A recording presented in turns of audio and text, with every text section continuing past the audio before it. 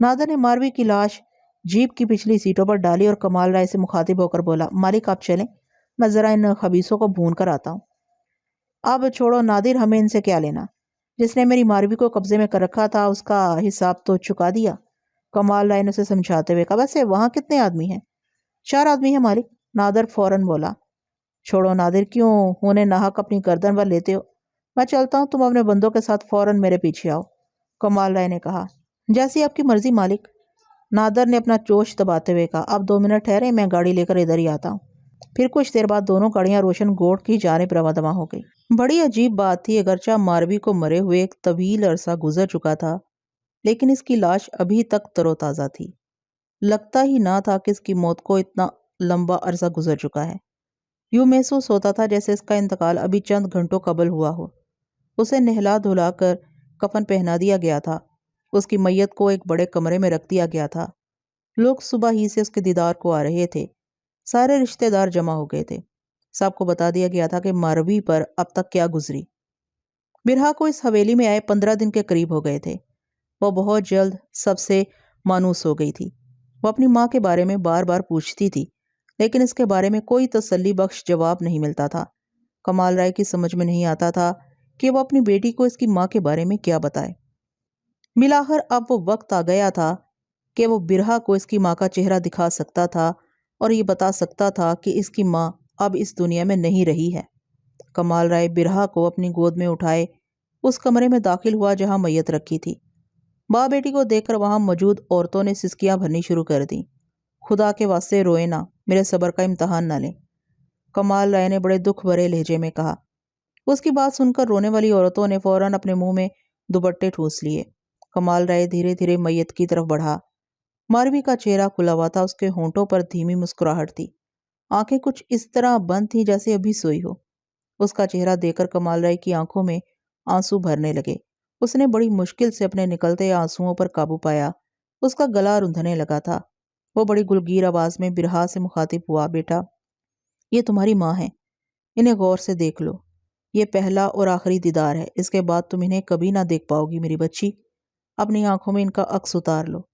پھر جانے کیا ہوا، کمال رائے جو اب تک بڑے حوصلے سے کام لے رہا تھا اور ہر ایک کو نہ رونے کی تلقین کر رہا تھا، خود ہی حوصلہ ہار بیٹھا۔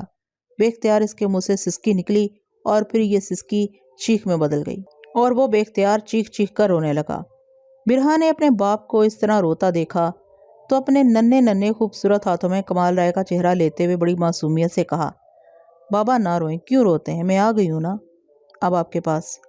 کمال رائے نے اس کی بات سن کر اسے کلیجے سے بھینچ لیا اور روتے ہوئے بولا، ہاں بیٹی، اب تو ہی سب کچھ ہے میرے لیے۔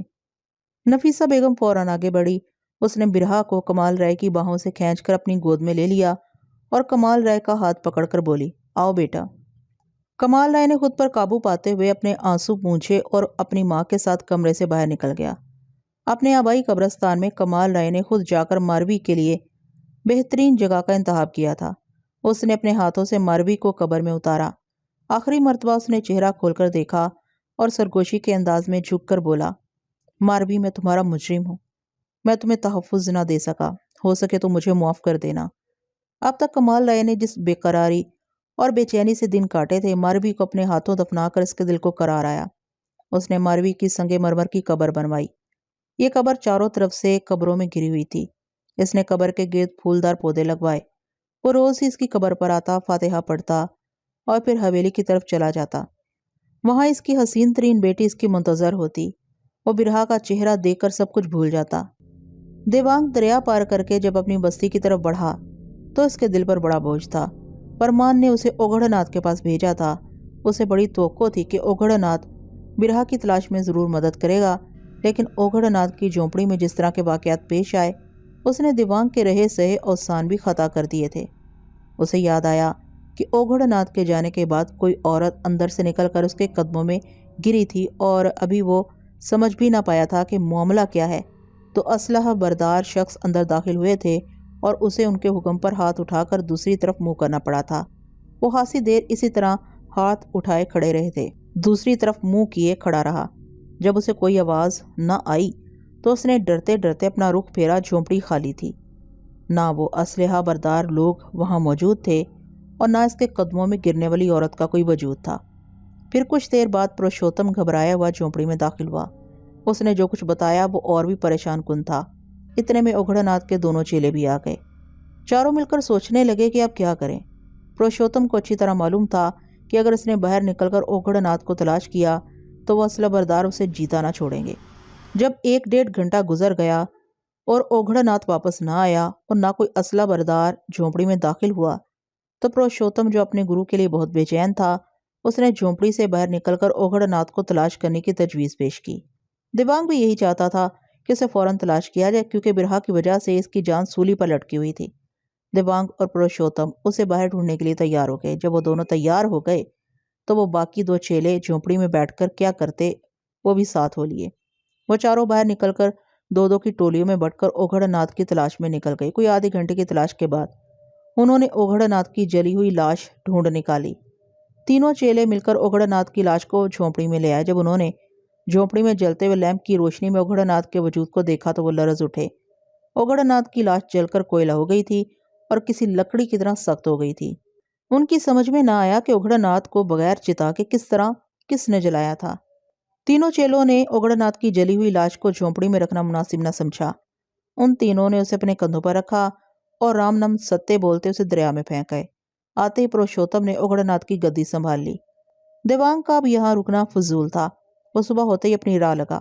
اب وہ اپنی بستی کی طرف بڑھ رہا تھا اور جو اس کے قدم بستی کی طرف اٹھ رہے تھے اس کا دل بیٹھتا جا رہا تھا۔ اس کا گھر قریب آ رہا تھا۔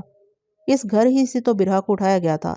وہ کیسے زبردست لوگ تھے، انہوں نے ہورا کو زخمی کر دیا تھا اور شاید انہی لوگوں نے اوگھڑ ناتھ کو بھی جلا ڈالا تھا۔ اب وہ کیا کرے؟ کیا بستی چھوڑ کر بھاگ جائے؟ گھر میں اس کی ماں پاروتی تھی، وہ اس کے بغیر جیتے جی مر جائے گی۔ وہ اسے تنہا چھوڑ کر کس طرح فرار ہو سکتا تھا؟ وہ اسی ادھیڑ بن میں چلا جا رہا تھا کہ کیا کرے کیا نہ کرے۔ وہ اچانک کسی چیز سے ٹکرا گیا۔ دیوانگ اپنی دھن میں چلا جا رہا تھا۔ اپنی ناکامی کے خوف سے اس کی آنکھیں بند ہوئیں تو اچانک اس کے سامنے آ کھڑا ہوا۔ وہ ہورا تھا۔ دیکھ کر چلو دیوانگ، اس نے طنزیہ انداز میں کہا۔ کہو کیا خبر ہے؟ ناکام لوٹا ہوں۔ اوگھڑ ناتھ کچھ نہیں کر سکا، وہ خود جل مرا۔ جل مرا؟ ہورا نے حیرت سے کہا۔ کیسے؟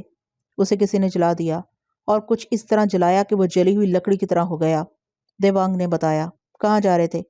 ہورا نے اپنے سفید دانت چمکاتے ہوئے پوچھا۔ اپنی بستی، اپنے گھر، دیوانگ نے دھیرے سے کہا۔ اب تم اپنے گھر کو بھول جاؤ، ہورا نے صفاقی سے کہا۔ کیوں بھول جاؤں میں اپنے گھر کو؟